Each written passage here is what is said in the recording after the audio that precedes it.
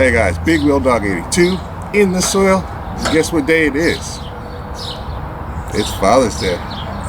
And I'm a proud father, and I'm sure so many of you out there are too. So for all of the other fathers out there, happy Father's Day. To all the mothers out there who have to play the role of mother and father, happy Father's Day to you too. Today we're going to cover a continuation of my composting series of videos that I did for my Impaired series, but this is sort of kind of going to go past that. This is what to do with the compost and some of the results that you can get with just the one application. And I'm going to show you what that compost is currently cooking at right now, because it's actually kind of cool how it's still hot. But then I'm going to show you my raised bed, and once I tell you what I don't have to do, you might be a little surprised, and it might just get that fire going under you to at least get you that one good spring compost started. That way, come the following spring, maybe you can see some of the same results. So with that, let's go over to the compost pile and see what's going on there.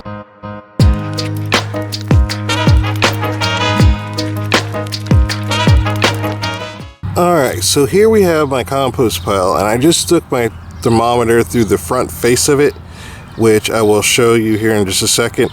But it's just an easy way for me to be able to see the temp without lifting up the top plastic. And as you can see right there, we're still right about that 120. It might have dropped a degree or two, which, like I said, I figured it was going to happen soon anyways, and it's going to need a flip. It's been about 2 weeks, maybe a touch more than that, since I added some of my own grass clippings, which, if you can see here, it's not really grass, it's just a combination of grass and native weeds and everything else. So whenever I cut and bag and then put it into my compost, it's not like it's a just straight up grass. It's kind of like it's very, very mixed and multiple inputs, and it just seems to work for me. And I know this is all not treated, so that's even better. There's also a little takeaway that I wanted to let everybody think about. See, whenever you make your compost, you got to worry about herbicides, in whether it's the horse manure you use or the cow manure, or even the grass or the weeds, or say you use hay. You got to worry about all that.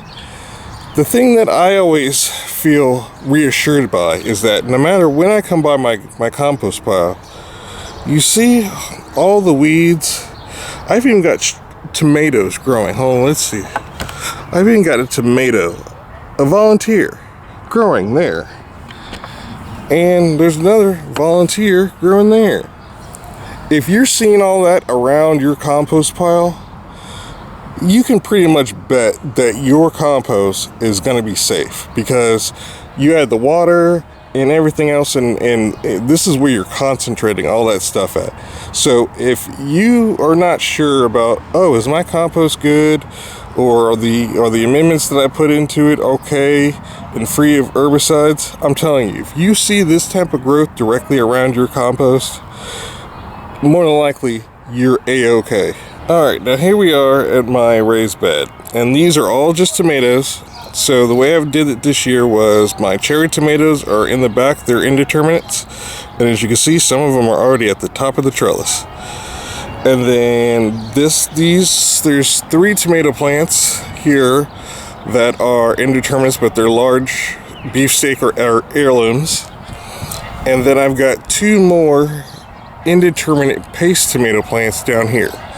So that's basically what, I've got 9 tomato plants in this 4 by, well, maybe it's 3 by 8 foot bed. And I mean, like I said, these plants are 5 feet tall already back here. But my point is if you can see, all of this is just my compost. This is my spring compost that I added. There's leaves in it to try to conserve moisture a little bit. But believe it or not, all this growth that you see here, I have only added fertilizer, granular fertilizer, one time. A single time. And that was at planting. I put some granular in there. Let me see if I can get some good videos. Well, it's a jungle in here. But yeah, one application of granular fertilizer in here at planting in the hole, and that's all I've done. Now, this doesn't happen with just one application of compost. This will be the 4th year that I've grown in this bed. Every single year in the spring, I add my own compost to it. So what you're seeing is the result of probably that 1st and 2nd year's real benefit to this bed. Because I can guarantee you my 1st year did not look like this at all. But it just takes a little bit of time, a little bit of effort, and some patience. And even you can grow absurdly close and get these types of results. And like I said, with these already being 5 feet tall, they're going to be massive come the end of the year. Now, the other reason why I do this way is because right now, so that's south, that's north. So I'm looking east right now. These are all going to get to the top, and once they get to the top, I'm just going to let them do whatever they want to do, and they're going to make kind of a shaded canopy, and that will benefit my other tomatoes down here and give them a little bit of cover in the sun so that I can still get tomatoes without them getting, you know, sunburn or sun scald or anything like that. Plus, these will start to grow right here in the armpit of the plants, and then I'll just let them go too. So, I mean, like I said, we're just loaded. And like I said, all I've done, I think I've watered it twice since April, and I have not added any other fertilizer to it. So let me show you this. And I had a Cherokee purple in here initially, and for whatever reason I just didn't want to take. So here's a redo of the Cherokee purple, and it's the smallest plant I have in here. But what I'm doing to try to get it tall and out of the bottom of the canopy is I'm single stemming it until it gets to be right about here. And then after that, I'm just going to let it do whatever it wants. And like I said, that's just to hurry up and get it up and out so it's not being impeded by all the foliage, by everything else that'll start filling in here real soon. Oh man, I gotta string this one up. So, and everything up here is up on strings. So yeah, right now it's starting to get filled in, but here in about a month or two it's just going to be nuts. Now you might have noticed that my pile is still cooking at about 120 degrees.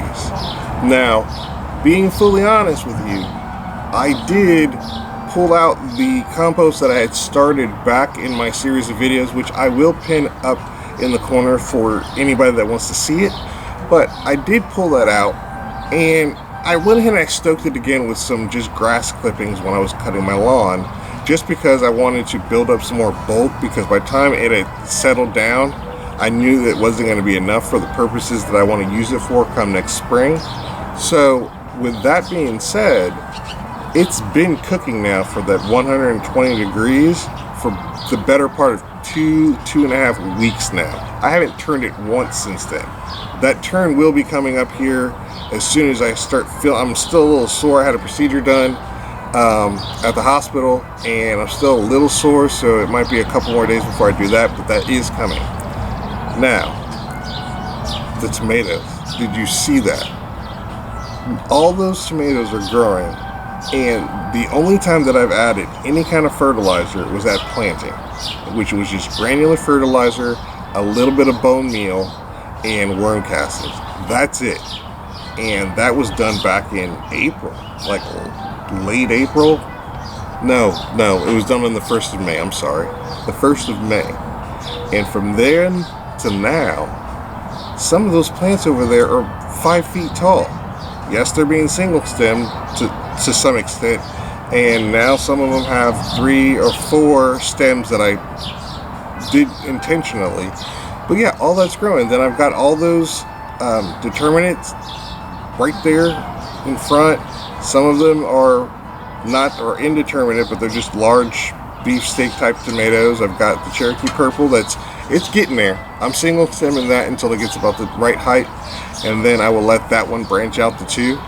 And then also, of course, my hashtag Tomato Challenge 2025 plant, and those things are going to be starting to grow those tomatoes here real soon. So Chad, Brian, watch out, I'm coming, and I'm not that far behind you guys. So that's really all I wanted to go. It's just a sort of kind of a quick recap of what's going on since I made my compost, some of the benefits I'm seeing from my compost from last year, which is basically the same recipe as I used this year. And I'm not having to water like crazy. Thanks for the rain. I'm not having to feed it constantly because of the compost that's there and some of the degraded compost from years past.